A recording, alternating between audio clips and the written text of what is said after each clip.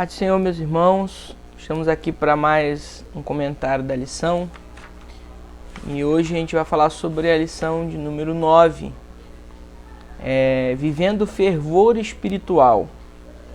A gente está numa série de lições bíblicas sobre o verdadeiro pentecostalismo e hoje nós vamos falar sobre a lição 9, que será aplicada em nossas igrejas dia 28 de fevereiro de 2021, próximo domingo. Bom, a leitura bíblica em classe ela encontra-se em Efésios 5, do 15 ao 20. Eu vou fazer essa leitura aqui, que está aqui na lição sugerida para nós no dia de hoje. Diz assim: Portanto, vede prudentemente como andais, não como necios, mas como sábios, remindo o tempo, porquanto os dias são maus. Pelo que não sejais insensatos, mas entendei qual seja a vontade do Senhor. E não vos embriagueis com vinho em que há contenda, mas enchei-vos do Espírito, falando entre vós com salmos e hinos e cânticos espirituais, cantando e salmodiando ao Senhor no vosso coração, dando sempre graças por tudo a nosso Deus Pai, em nome de nosso Senhor Jesus Cristo. Muito bem. A nossa lição dessa semana, ela vem abordando a prática da vida fervorosa com Deus, o fervor espiritual, a importância de você não somente estar cheio do Espírito Santo, mas ser cheio do Espírito Santo.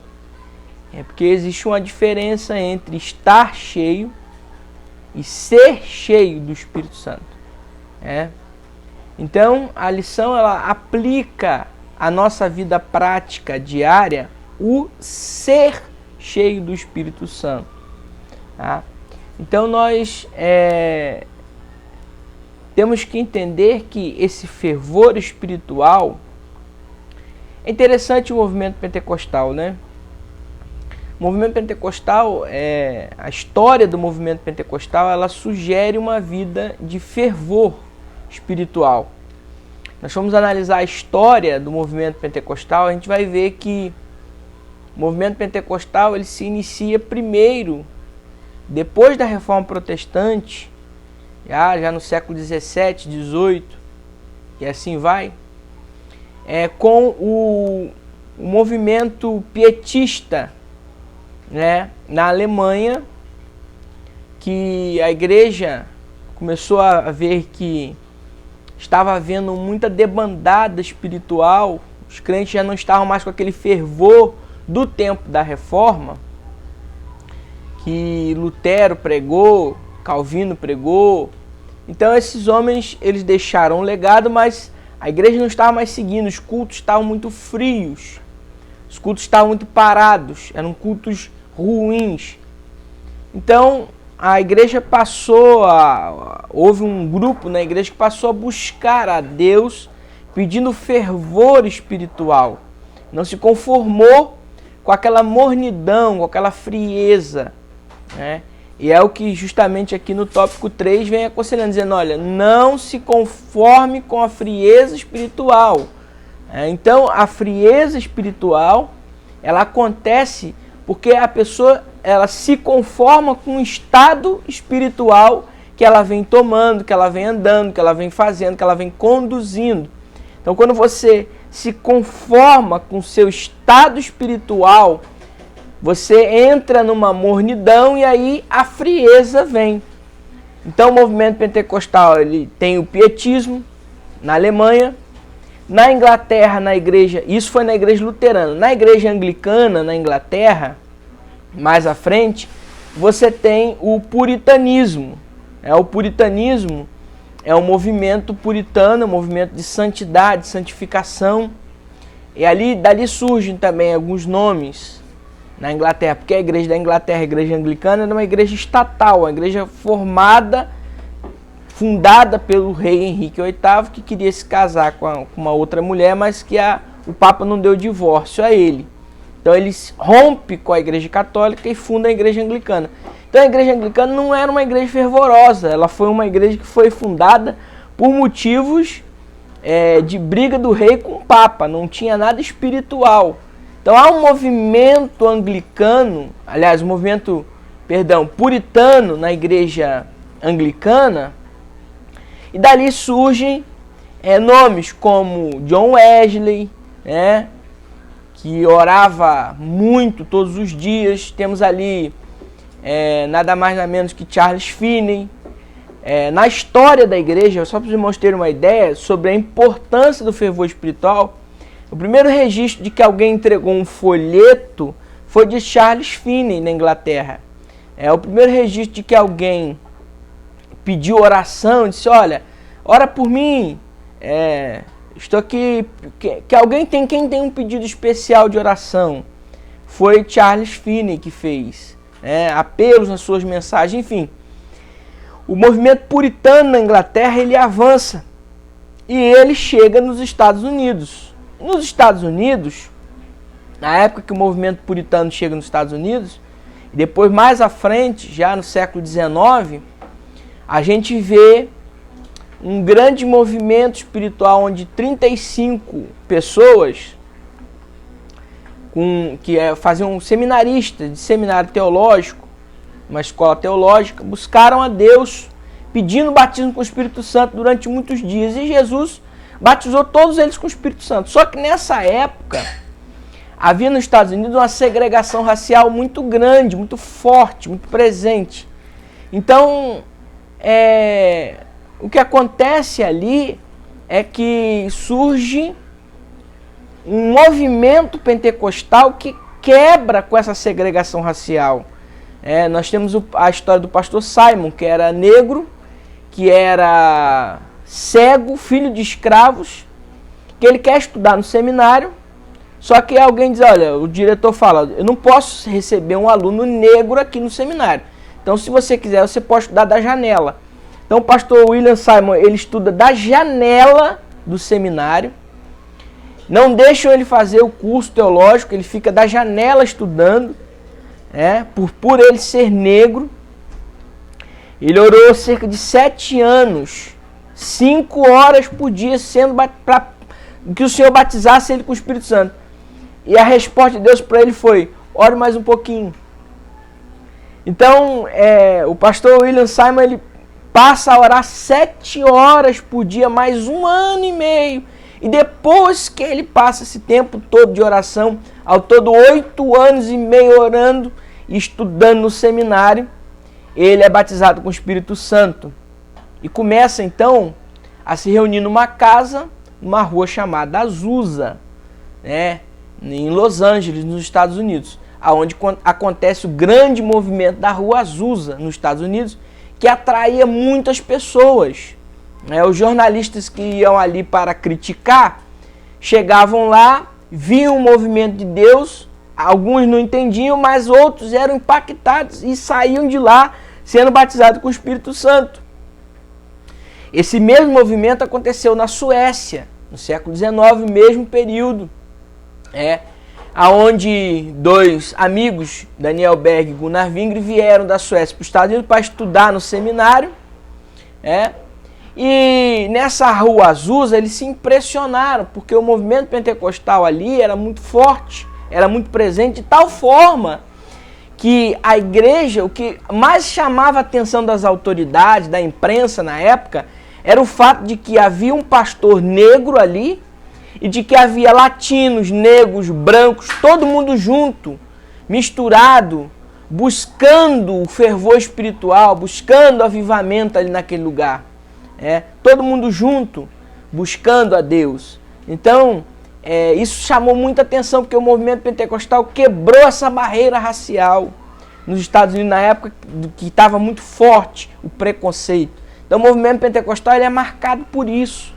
E ali Gunnar Wingre e Daniel Berg se envolvem no movimento da Rua Azusa, onde tem a igreja da Missão Fé Apostólica, e trazem esse fervor para o Brasil. E aqui no Brasil a gente tem vários nomes, como Emílio Conde, Cícero Nogueira de Lima, e outros pastores, Paulo Leves Macalão, enfim, muitos pastores que ensinaram esse fervor espiritual. Então a preocupação do autor da lição é que a gente venha conservar este fervor de lá de trás, do passado.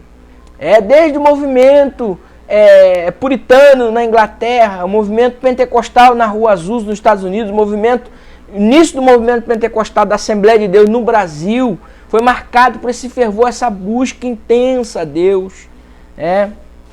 A importância da devoção à palavra de Deus e à oração. A Bíblia e a oração, elas são a chave do movimento pentecostal. Se você pegar um vídeo do Daniel Berg falando, ele foi entrevistado, a gente tem um áudio dele, tá no YouTube, você pesquisa lá, Daniel Berg entrevista, você vai ver ele falando. E o entrevistador pergunta, irmão Daniel, qual o segredo do movimento pentecostal no Brasil ter crescido tanto? Ele disse, é o Espírito Santo. A resposta de Daniel Berg é o Espírito Santo. Oração e palavra é a chave da igreja, do crescimento, porque tem que haver um equilíbrio. A igreja não pode ser uma igreja só de estudo o tempo todo e não busca a oração. Ou o contrário também é verdadeiro. A igreja não pode ser uma igreja dedicada só à oração que não estuda. A igreja tem que estar equilibrada. Esse patamar ele tem que estar nivelado. É Bíblia e oração. Sem oração não existe fervor espiritual. E sem Bíblia também não.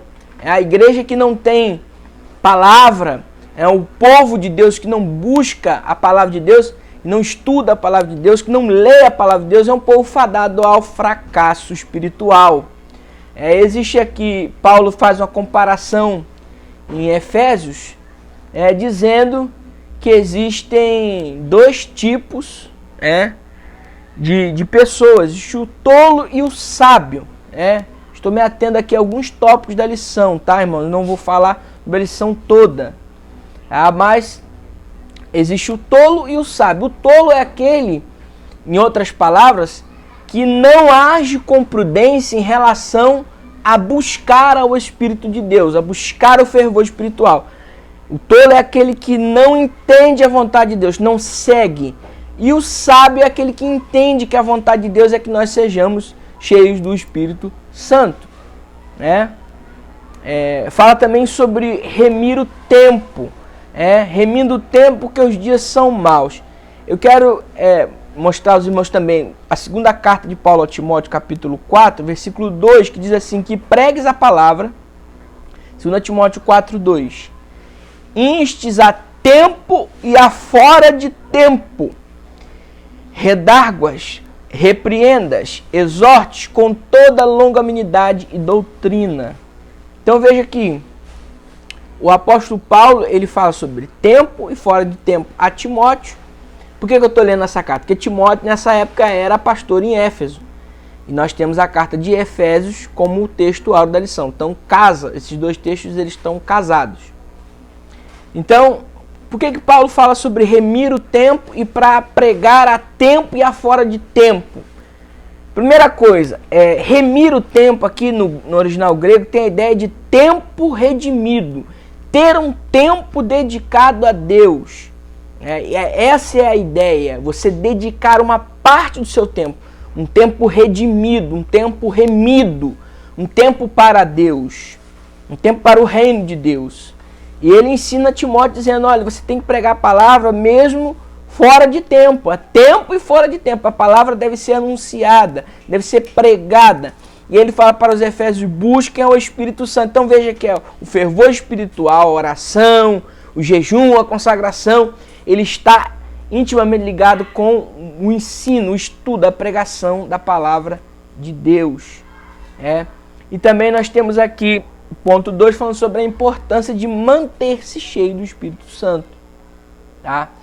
E ele diz, não vos embriagueis com vinho em que há contendas.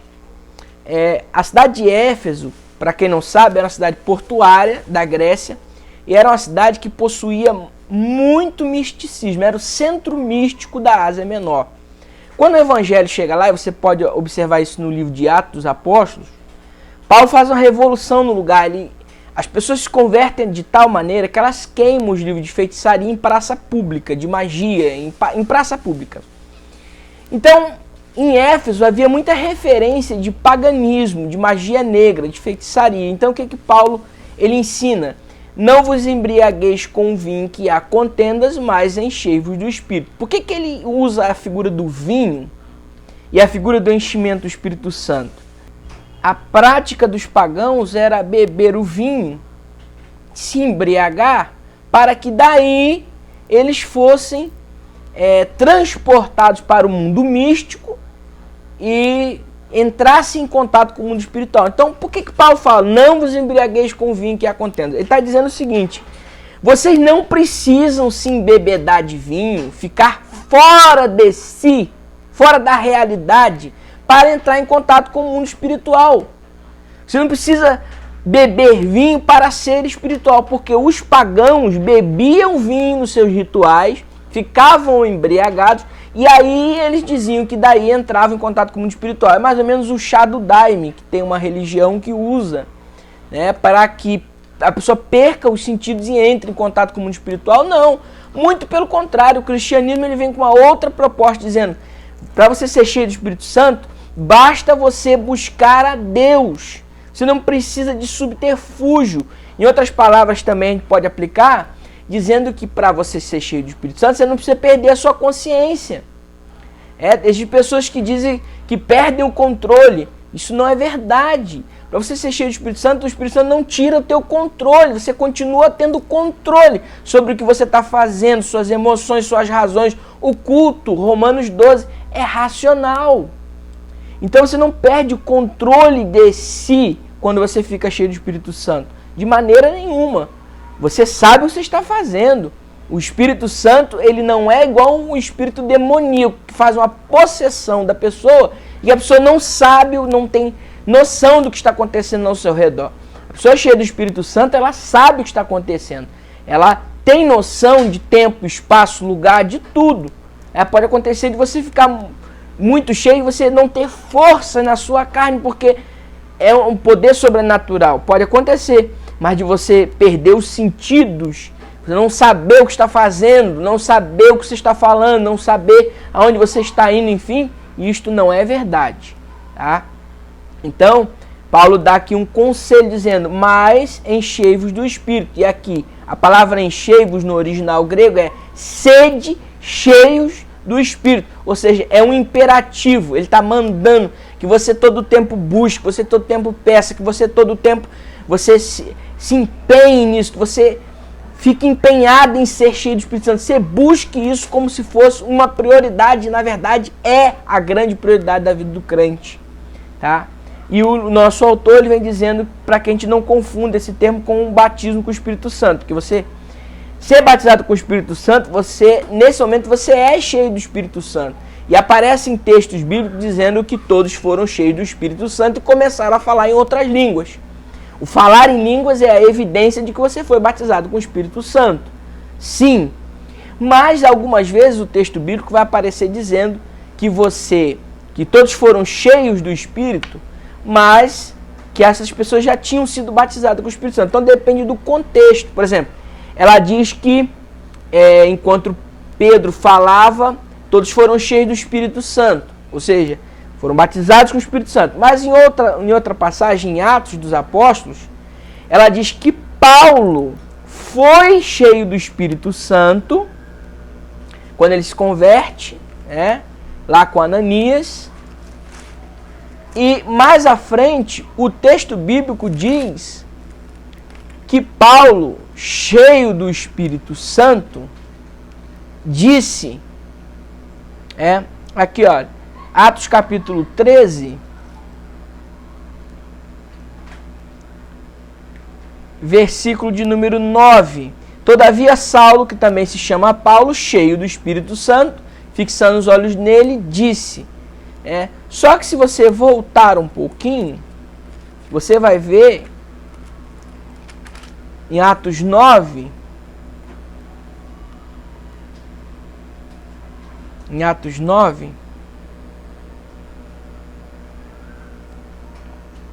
versículo de número 17, diz assim, Ananias foi e entrou na casa, impondo-lhe as mãos, disse-lhe, irmão Saulo, o Senhor Jesus que te apareceu no caminho de Damasco, onde vinhas, me enviou para que tornasses a ver e que sejas cheio do Espírito Santo. Então, Paulo foi batizado com o Espírito Santo 2 vezes? Não. Aqui em Atos 9, ele foi batizado com o Espírito Santo. Em Atos 13, ele estava cheio do Espírito Santo. Por quê? Aí vem o ponto 3, que é a constante busca para você continuar, permanecer, para você ser cheio do Espírito, não somente estar cheio do Espírito. É isso que a Bíblia ela nos aconselha, que nós venhamos continuar, né, com testemunho, porque a evidência de que um crente é cheio do Espírito Santo, não só que ele está cheio, mas que ele é cheio, ela é viver uma vida de testemunho. Como é que você sabe que o indivíduo ele é um indivíduo cheio do Espírito Santo? É pelo tanto de língua estranha que ele fala? É pelo tanto de profecia que ele entrega? Pelo tanto de visão que ele tem? Não! Você sabe que o indivíduo ele é uma pessoa cheia do Espírito Santo pelo seu testemunho cristão de vida na sociedade. Você vê um crente cheio do Espírito Santo quando ele dá esmolas, quando ele ajuda o próximo. Você vê um crente cheio do Espírito Santo quando você vê que ele não se envolve em corrupção. Você sabe que um crente é cheio do Espírito Santo quando ele compra e paga. Você sabe que um crente é cheio do Espírito Santo quando ele tem um testemunho de vida impecável diante de Deus e dos homens, né? Usando aquele texto de Paulo, não vos comportais que não deis escândalo, de maneira que não vos deis escândalo, nem para os judeus, nem para os gentios, nem para a igreja de Deus. Então, um crente cheio do Espírito Santo é um crente que não traz escândalo para o Evangelho. Porque a pessoa que está vazia do Espírito Santo, ela não tem testemunho de vida. Uma pessoa cheia do Espírito Santo é a pessoa grata. Nossa lição vai dizendo aqui, dar graças em tudo. A pessoa grata, você vê uma pessoa que é reclamona, que é murmurenta, ela não está cheia do Espírito Santo. Tá? Uma pessoa que é sujeita, uma pessoa que está... Aí vem a questão de ser ímpio, né? A palavra ímpio significa aquele que não se sujeita. Veja só, hein? Aquele que não se sujeita. Ou seja, o insubordinado. A gente pode chamar o insubordinado de ímpio. Agora, aquele que se sujeita, aquele que obedece, aquele que consegue se submeter, que é quebrantado, que é humilde, esse é cheio do Espírito Santo. Que Deus abençoe a todos os irmãos. Temos uma excelente aula neste domingo. E acompanhe o nosso canal. Continue aqui acompanhando, se inscreva. Ative a notificação para você receber os nossos vídeos. Aí você está inteirado do que vai estar acontecendo. Que Deus abençoe em nome de Jesus.